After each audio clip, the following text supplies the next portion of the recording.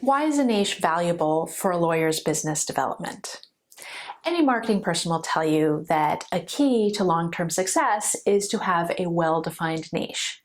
And yet, when you have a broader practice area like litigation or your area of law is huge and complex, the concept of narrowing your focus can feel super daunting or even foolhardy.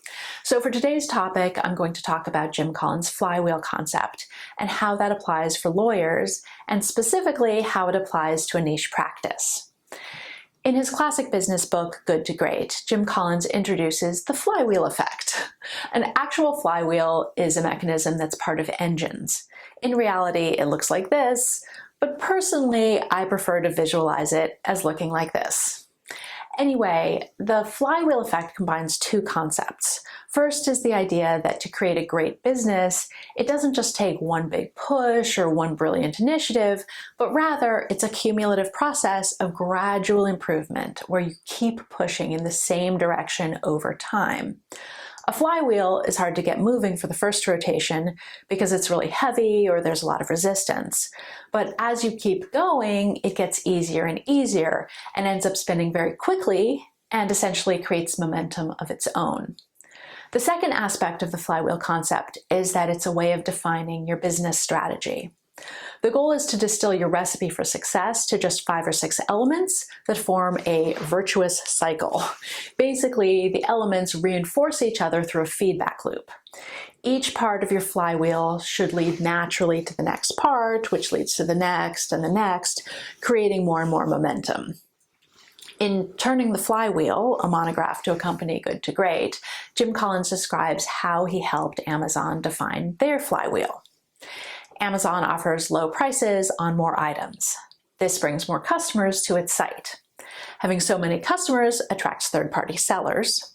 Having third-party sellers leads to the sales of have more goods and a more extended distribution system, and this causes revenue to grow with fixed costs. That, in turn, enables Amazon to offer lower prices on more items. That's just the basic concept for the Amazon flywheel, and everyone knows how effective that has been. So here is how we can apply that to a niche law practice. First, you announce your niche. Let people know that what you are really focusing on. Because potential clients and other lawyers see that you're specializing in that area, you will get more direct referrals and more direct clients in that niche. Doing so much work in one narrow subject area then, of course, increases your expertise. And the more experience you have with those matters, it's inevitably going to lead to greater skill, insight, and efficiency. These insights can then lead to articles and presentations, as well as feathers in your cap that can be added to a representative matters list or which could lead to media mentions. All of this further enhances your reputation and, going back full circle, serves as a way of announcing your niche to the world.